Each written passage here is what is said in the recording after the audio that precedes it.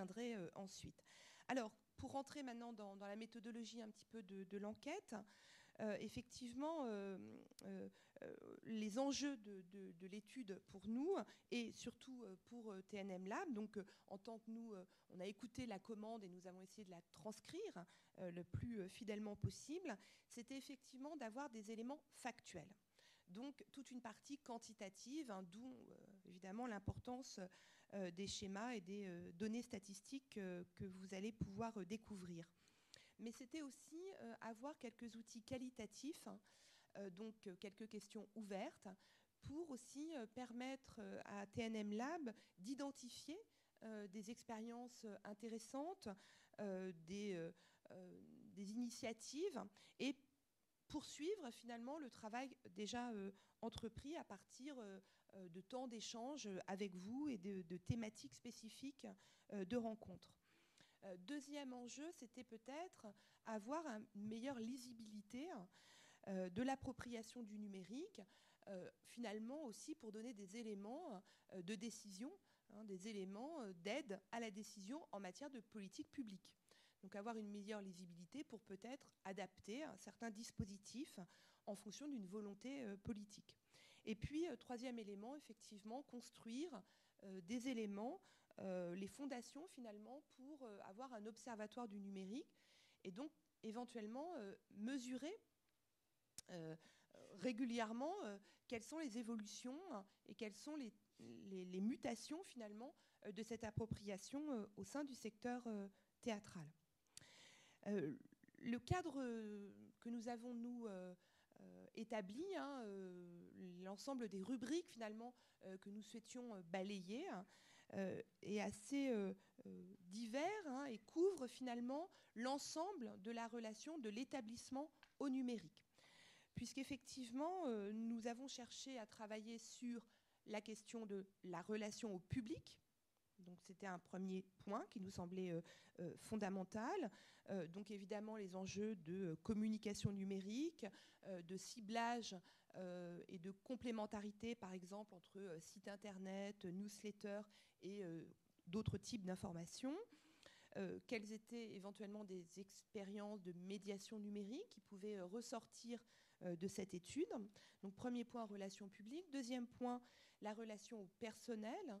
Donc le nombre évidemment de personnes en charge de ces enjeux du numérique, les fiches de poste, donc une partie aussi qui est trait à l'organisation interne, les types de compétences, les formations, hein, de ces personnes, quels étaient également les outils qui peuvent être mis à disposition des personnes en interne. Troisième enjeu, la question de la relation à l'artistique, c'est-à-dire tout en fait, le lien éventuel entre la présence de numérique sur le plateau et la présence de numérique dans l'organisation, avec une question quand même importante qui nous semblait intéressante, c'était de voir s'il y avait un lien. Plus on fait de spectacles numériques ou qui utilisent le numérique, est-ce que plus on utilise le numérique, par exemple, dans la relation avec le public? Est-ce que cette question est vérifiée ou pas? Troisième point, une question là beaucoup plus finalement qualitative, hein, par rapport à aussi une appréciation que les structures pouvaient porter.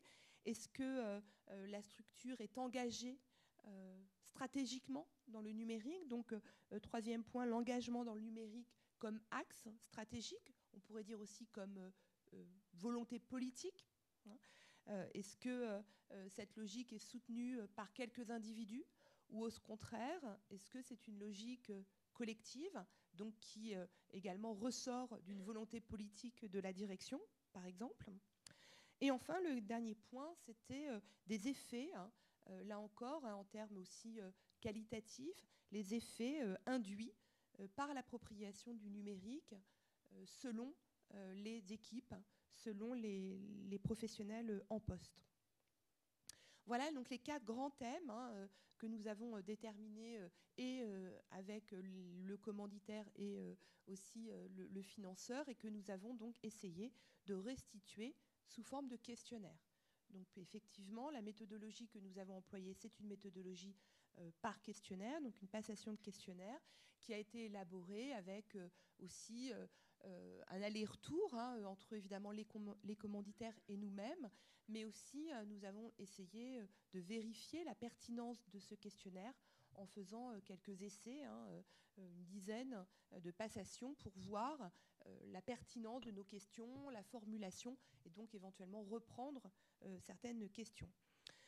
Donc des questions essentiellement fermées, d'où l'importance quand même du traitement statistique, donc Christine vous parlera plus en détail, mais aussi, comme je le disais, quelques questions ouvertes, que vous retrouvez d'ailleurs dans les verbatims, que vous pourrez lire aussi en téléchargeant le rapport, mais surtout qui vont donner aussi matière à réfléchir et à poursuivre le travail par TNM Lab. Alors, concernant maintenant le corpus, finalement, l'idée qui nous paraissait absolument fondamentale, c'était de concerner le plus largement possible l'ensemble du secteur institutionnel du spectacle vivant. Donc nous souhaitions vraiment considérer le plus largement possible la vie théâtrale en France. Et donc, effectivement, nous avons intégré dans notre échantillon les théâtres privés, même si, effectivement, on est hors du cadre strict d'intervention, par exemple, du ministère de la Culture. Mais il nous paraissait aussi important d'avoir une photographie comme ça la plus large possible. Nous avons considéré les théâtres subventionnés, bien sûr, que ce soit par le ministère de la Culture, mais aussi par l'ensemble des collectivités territoriales, les théâtres nationaux, donc uniquement financés par le ministère, et puis également des théâtres qui ont des statuts un petit peu plus particuliers, que nous avons également inclus dans une catégorie que nous avons appelée « autres lieux », c'est-à-dire qui dépassaient un petit peu certains labels.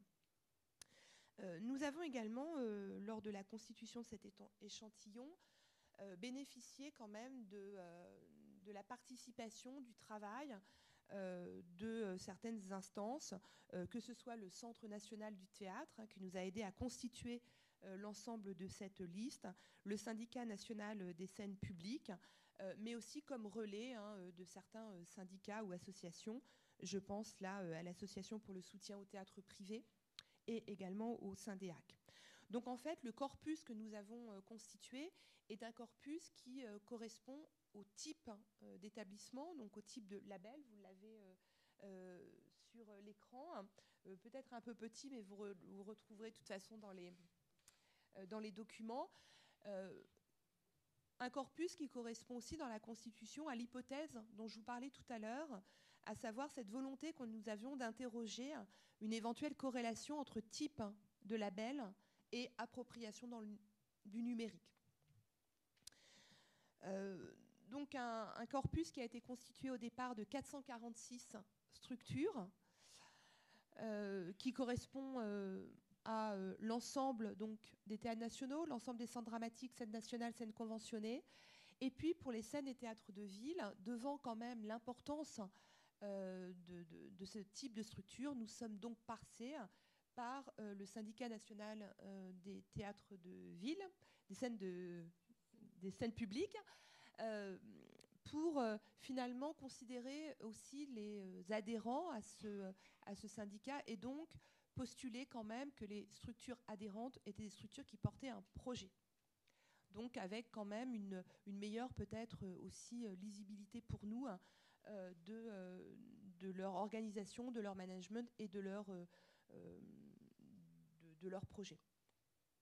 Et puis donc cette catégorie autres lieux qui rassemble notamment par exemple les théâtres de ville de Paris, les théâtres municipaux de Paris et d'autres types de structures. Donc une fois cet échantillon constitué, eh bien, nous avons choisi d'envoyer les questionnaires par liste de diffusion, par newsletter en fait, avec un système de relance qui était des relances également par voie électronique, mais aussi des relances par téléphone, puisqu'en fait, au bout d'un certain nombre de semaines, nous nous inquiétons la difficulté d'avoir un retour suffisamment pertinent statistiquement. Et donc, nous avons décidé de faire une opération de relance téléphonique pour obtenir un taux correct, ce qui est aujourd'hui de 64%. Donc, sur 446 structures, nous avons enregistré 284 réponses, donc un pourcentage de 64%, ce qui est statistiquement correct. Voilà. Je précise quand même ici, effectivement, la difficulté que nous avons eue à avoir ces taux de retour.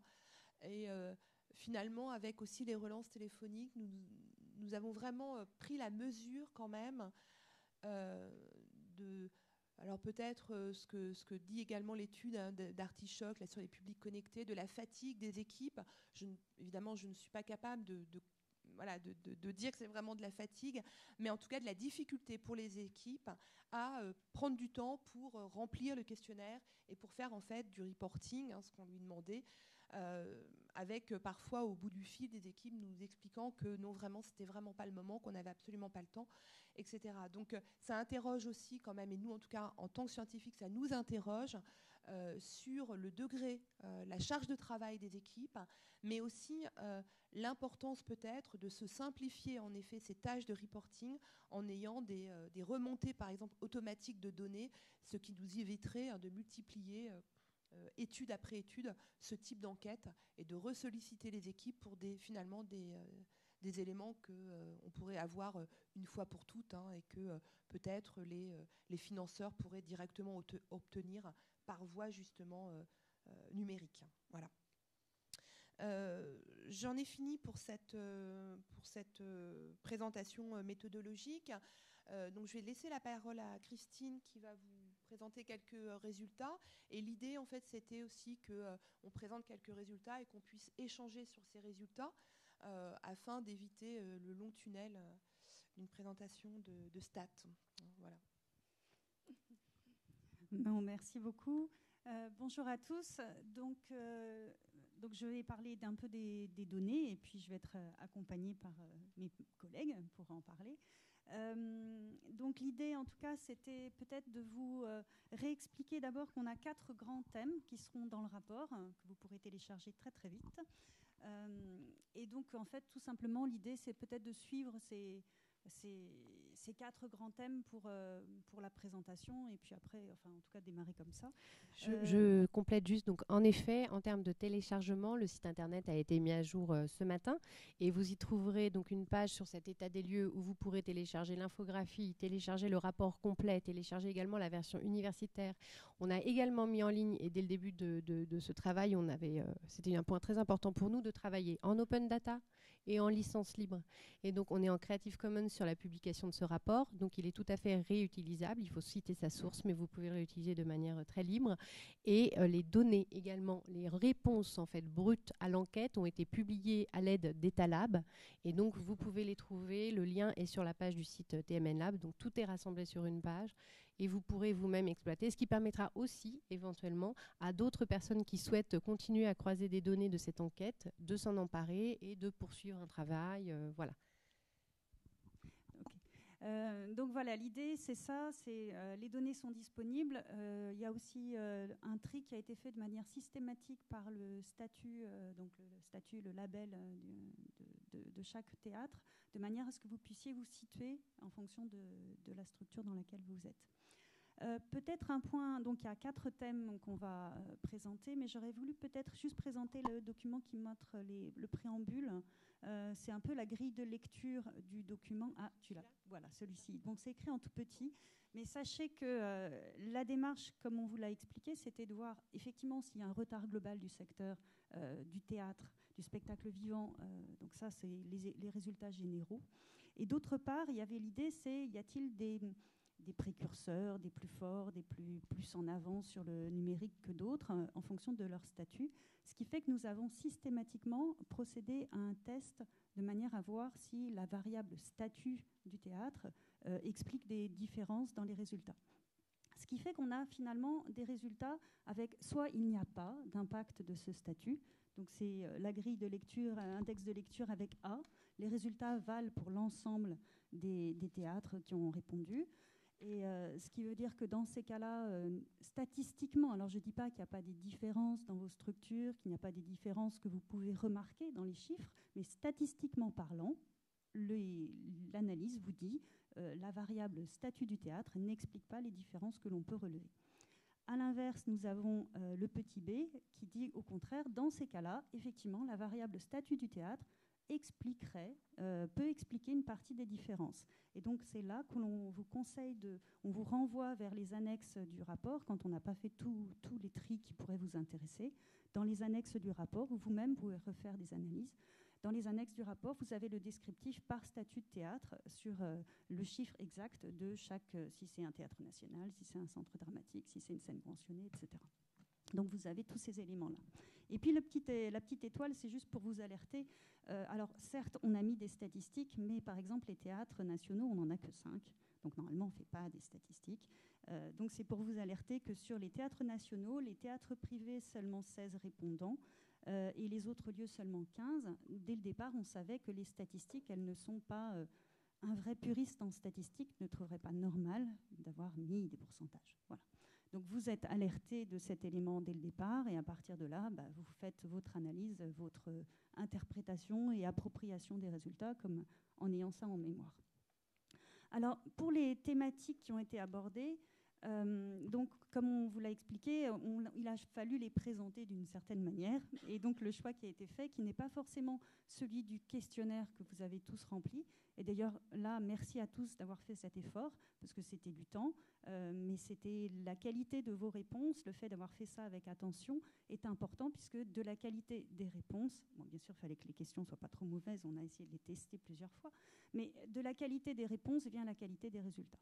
Donc forcément, ce qui est important, c'est que ce soit bien rempli, et peut-être valait-il mieux ne pas remplir que de faire ça trop vite, ce que n'ont pas fait donc certains collègues qui n'ont pas eu le temps chez vous.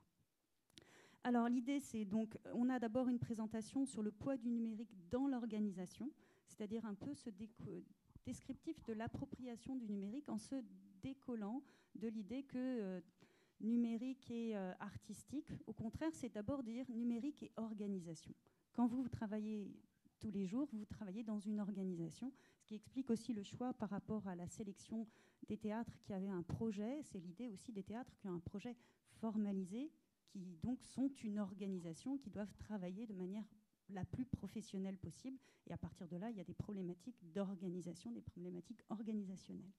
Donc on va parler tout d'abord du poids du numérique dans l'organisation, mais on parlera ensuite, en tout cas dans les thématiques qui peuvent être abordées tous ensemble ce matin, c'est bien sûr de parler des services numériques qui sont proposés par les différentes organisations théâtrales. Donc c'est tout ce qui est site internet, newsletter, les services numériques proposés, puis les actions emblématiques. Ensuite, on a une troisième partie où on a fait un focus un peu sur théâtre et réseaux sociaux numériques, parce qu'évidemment, tout le monde en parle, c'est essentiel et ça ne coûte pas trop cher. Donc forcément, on essaye d'y être en espérant que ça fera venir beaucoup de public. Et puis, numérique et réseaux sociaux, aujourd'hui, ça va ensemble. Et puis, donc on parlera de la présence, enfin en tout cas on peut parler de la présence sur les réseaux sociaux, des modalités de contribution, comment c'est organisé au sein des différents établissements. Et puis la quatrième partie sur formalisation et évaluation, donc c'est globalement est-ce que la communication, la manière de fonctionner sur le numérique quand vous envoyez des messages, quand vous travaillez ensemble, est-ce que c'est organisé, est-ce qu'il y a un peu de formalisation, est-ce qu'il y a un calendrier éditorial, toutes les questions à ce sujet-là. Et puis dernier point, c'est donc si tu descends un peu, donc le côté évaluation, c'est est-ce qu'il y a une stratégie ou en tout cas est-ce que vous avez le temps et est-ce que vous prenez le temps de faire de l'évaluation de vos actions numériques. Et on verra que c'est finalement la marge de progression forcément pour tout le monde, parce que faire pour proposer, on arrive mais après avoir du temps pour évaluer, faire un retour sur les opérations, c'est beaucoup plus compliqué. Donc on va commencer donc par peut-être le poids du numérique dans l'organisation, avec quelques chiffres d'abord. En tout cas, le premier qui peut nous intéresser, c'est de savoir depuis quand le numérique est entré dans les établissements. Donc c'est ce côté ancienneté de l'engagement numérique. Dans les années 2000, on nous a parlé, c'était les bulles Internet, etc. Est-ce que le théâtre était déjà, je vais dire de manière générale, est-ce que le théâtre était déjà engagé dans le numérique à cette époque-là ? Vraisemblablement non, pas en 2000. Par contre, on a à peu près, donc ça fait 8 ans, en moyenne, que les théâtres se sont engagés vraiment de manière collective et dynamique, en tout cas dans tous les volets, en tout cas en termes de perception. Depuis 8 ans, 7,94. Depuis 8 ans, l'ensemble des théâtres est engagé dans le numérique. Avec cette fois, tout de suite, une différence selon la catégorie de théâtre. C'est-à-dire que vous avez des théâtres que, par exemple, qui sont comme les Scènes nationales, qui se sont engagés il y a plus de 10 ans. Donc en 2006, elles étaient déjà dessus. Les autres établissements, de manière plus globale, on pourrait dire que c'est 2008. Est-ce que c'est la crise avec le fait d'avoir besoin de faire des économies, de trouver les moyens de communiquer à pas cher? Peut-être. En tout cas, ce serait à peu près en 2008 qu'il y aurait eu ce démarrage du numérique dans les établissements. Alors, donc voilà, quelques différences. Ce qui est intéressant peut-être, alors donc toujours, théâtre privé, théâtres nationaux et autres lieux, attention, voilà, statistiquement. Ah oui, théâtre privé, donc Marion pourra en reparler si vous souhaitez. On n'a effectivement pas eu autant de réponses qu'on aurait souhaité. On a pourtant essayé et réessayé, mais au bout d'un moment, si les gens n'ont pas le temps, on peut le comprendre. Et peut-être qu'ils n'avaient pas saisi l'intérêt de cette démarche, maintenant qu'on aura des informations plus précises. Donc voilà, un premier point, c'est que finalement, les théâtres se sont engagés dans le numérique de manière... depuis, ça fait 8 ans que c'est fait, et puis ils sont partis, ils sont dedans, ils sont tous dedans. C'est-à-dire les théâtres privés, même si on en a peu, 5,6 années, 5-6 ans. Donc voilà, maintenant, le secteur du théâtre est dans le numérique. C'est fait. Maintenant, peut-être qu'il y a des marges de progression, peut-être qu'il y a des manières de faire qui sont spécifiques, mais en tout cas, voilà, c'est un secteur qui est dans le numérique, qui est rentré dans le numérique. Après, si on passe aux éléments suivants, en tout cas, dans les... pour ça, on va passer, c'est pas très... Voilà, c'est bon. C'était l'influence de la taille de l'établissement, mais... Oui, ce qui est important de noter sur cette page-là, en fait, c'est que, comme on vous a dit tout à l'heure, on voulait croiser cette idée de les théâtres engagés dans le numérique. Est-ce qu'ils le sont plus? Par exemple, si un lieu programme de l'art numérique, sera-t-il plus engagé dans le numérique ou non? S'il appartient au réseau des scènes nationales, s'il appartient à un théâtre national, si c'est un théâtre privé, sera-t-il plus engagé aussi? Alors, on voit qu'en termes d'ancienneté dans l'engagement, il y a une différence. Mais en revanche, on a croisé sur différentes données la question de cet engagement, de cette ancienneté de l'engagement et notamment, on l'a croisé avec la programmation en art numérique. Et a priori, nous, c'est ce qu'on pensait, mais ça a été confirmé, c'est qu'il n'y a pas de corrélation entre le fait de programmer de l'art numérique et une vision plus stratégique du numérique au sein de l'organisation. Donc, ça n'est pas forcément les théâtres qui sont les plus avancés, enfin, qui vont intégrer ces questions dans leur programmation, qui l'auront intégré du côté de la communication et de la médiation. Ce qui n'est pas forcément surprenant, parce qu'il y a une vraie séparation dans la vision stratégique des lieux très souvent entre ce qui se passe sur le plateau et ce qui se passe dans les bureaux. Et là, ça l'illustre pour moi. On a également croisé cette question-là avec les régions pour voir si dans cet engagement, cette ancienneté de l'engagement, est-ce que certaines régions étaient engagées depuis plus longtemps dans les questions numériques que d'autres. Là non plus, pas de région qui émerge. Cet engagement numérique, il est plutôt sur tout le territoire. Par exemple, Paris n'émerge pas par rapport à d'autres. Aujourd'hui, on sait qu'il y a des régions très actives, mais en tout cas, dans l'ancienneté, on est sur un démarrage du territoire dans son ensemble. Le seul point sur lequel, dans les croisements, on a vu une différence, c'était la question de la taille de l'équipement. Donc, nous avons posé une question en fin de questionnaire sur le nombre d'équivalents temps plein au sein des structures. Ça nous permettait de voir de croiser avec plusieurs des réponses, notamment sur d'autres questions qu'on verra plus tard. Mais donc, sur cette question-là, on a vu qu'en effet, on avait des structures, les structures les plus grandes étaient engagées dans le numérique depuis plus longtemps quand même. Donc là, on avait une influence sur les réponses. Alors, après, ce serait bien sûr à développer et à échanger avec vous à ce sujet, mais vraisemblablement, ce qu'on peut comprendre, c'est qu'il y a vraiment une différence entre le numérique sur le plateau et le numérique dans l'organisation. Et c'est vraiment ça qui est important. C'est-à-dire que finalement, il peut y avoir eu des événements un peu emblématiques, des propositions qui sont faites et qui sont très axées sur le numérique. Globalement, c'est vraiment quand il s'agit de penser l'organisation, et plus forcément elle est grosse, plus il est nécessaire de l'organiser, de la structurer, d'outiller son personnel. Et donc à partir de là, le numérique semble être plus présent dans les structures qui sont les plus grosses, en termes de personnel, de partenaires qui travaillent. Donc c'est vraiment cette idée-là. Le numérique sur le plateau est à distinguer réellement du numérique dans l'organisation.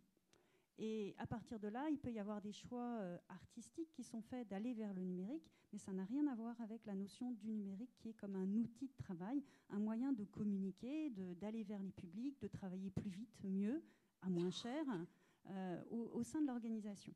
Donc il y a vraiment cet aspect-là. Par rapport à la dimension organisationnelle, le théâtre est entré dans le numérique et ça n'a rien à voir avec les propositions qui sont faites sur le plateau. Le spectacle, c'est une chose. Le travail qu'il y a derrière pour amener ce spectacle au public, pour le rechercher, pour travailler ensemble, c'est un autre problème. Et celui-ci, dans cet axe-là, il y a beaucoup de choses qui sont déjà faites dans l'ensemble des secteurs, des organisations. Si on passe ensuite aux questions suivantes. Les questions suivantes, c'était sur la manière dont vous... Alors, effectivement, c'était pas du tout... C'était, comment dire... on vous demandait votre avis. C'est-à-dire, est-ce que finalement, le théâtre était très impliqué, etc. Donc, vous avez peut-être un peu tiqué en disant, mais c'est quoi cette manière de poser des questions? On n'est pas sur l'objectif, etc. Oui, mais tout le monde était dans la même manière de faire. Il fallait bien qu'on ait quand même votre ressenti en tant que personnel de ces structures. Et donc, à partir de là, on avait des questions qu'on peut considérer comme des questions qualitatives, je pense, de votre point de vue. Mais il faut savoir que les échelles de réponse étaient proposées, c'est ce qu'on appelle des échelles de Likert, et normalement par les psychométriciens, donc les gens qui sont spécialistes de la mesure des pensées, des croyances des individus. Normalement, c'est considéré comme des intervalles d'échelle, donc des échelles de mesure qui permettent donc de différencier après les gens, et on pourrait donc les répondants, leur point de vue, et à partir de là, on peut tout à fait envisager de créer des scores pour identifier des structures qui se semblent plus impliquées, qui estiment que oui, c'est plus vrai chez nous que d'autres. Donc sur ces réponses-là, qui sont les réponses suivantes, sur les questions qui suivaient, on vous posait la question de est-ce que le numérique était présent, est-ce que le numérique était...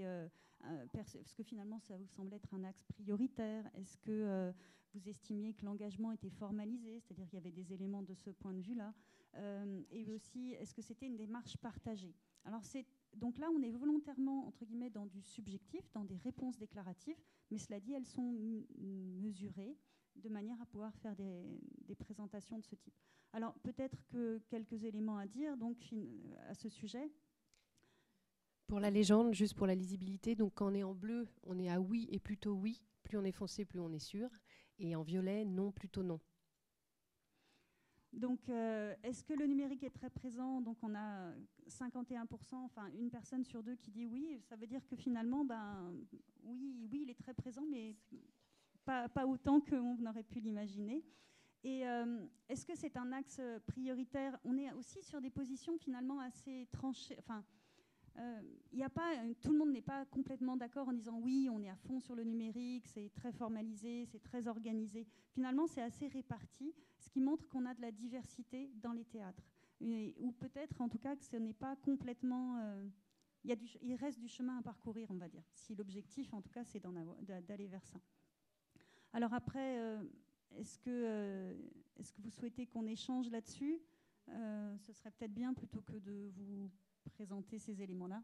Donc Élie avait entre autres un commentaire à faire.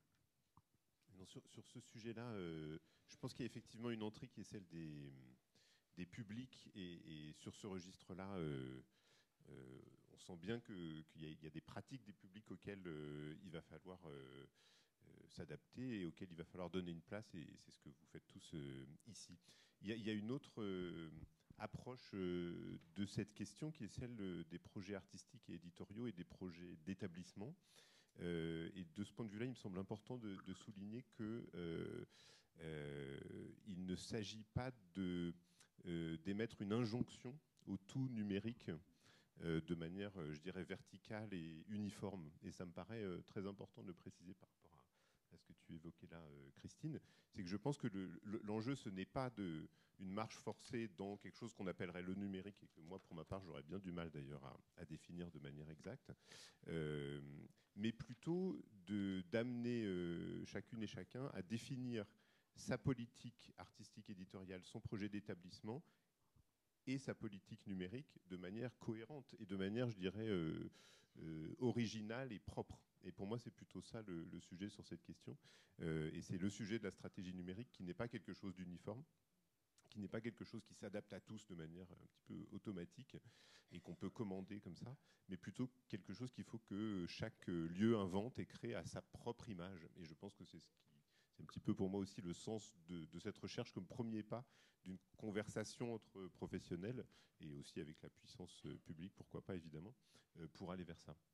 Ce qui est intéressant de relever, c'est que finalement, il n'y a pas de position très tranchée, plutôt oui, ou très tranchée, plutôt non. C'est ça qui est important. C'est-à-dire qu'il n'y a pas un retard ressenti global. Alors, le terme retard n'est peut-être pas positif et peut-être pas celui qu'il faudrait. Mais en tout cas, le fait de ne pas être rentré dans le numérique, ce n'est pas exprimé de manière systématique et globale sur l'ensemble des questions par rapport à ce vécu de la stratégie numérique.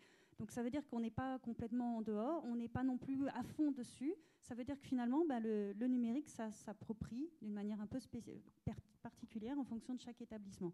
Donc c'est ça qu'il faut peut-être ressortir de ces éléments-là, c'est-à-dire qu'il n'y a pas une position qui serait très claire avec le corps des théâtres est plutôt engagé, estime que c'est plutôt partagé, que c'est très formalisé, ou de dire qu'ils ne le sont pas. C'est que finalement, il y a une diversité très nette des manières de percevoir cette stratégie. Effectivement, il faut bien comprendre aussi, je pense que le premier élément qui montrait que l'artistique, ce qui se passe sur le plateau avec le numérique est différent de ce qui se passe au niveau de l'organisation, ça revient vraiment à dire que quelle est la place du numérique. La place du numérique, elle se pense aussi en priorité sur tous les éléments périphériques.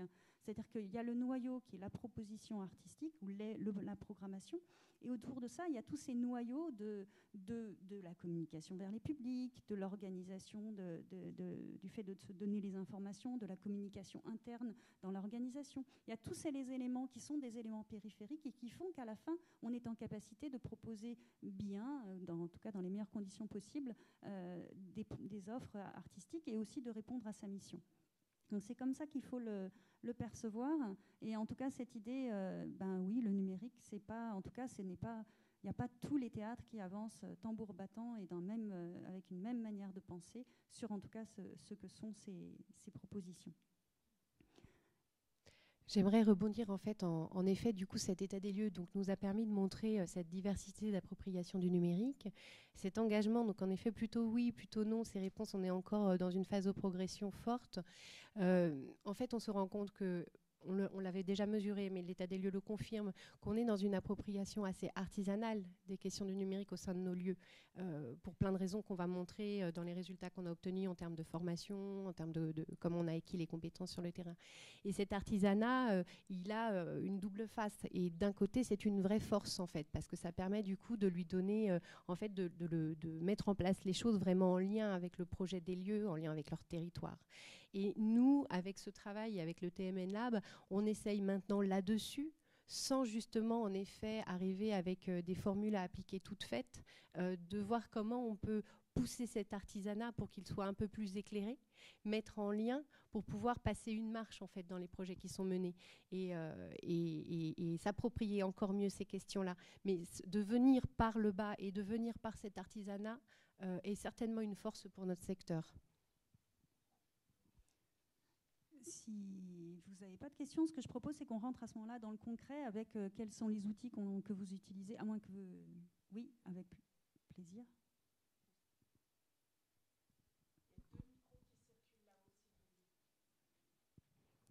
On ne voit pas de main qui bouge.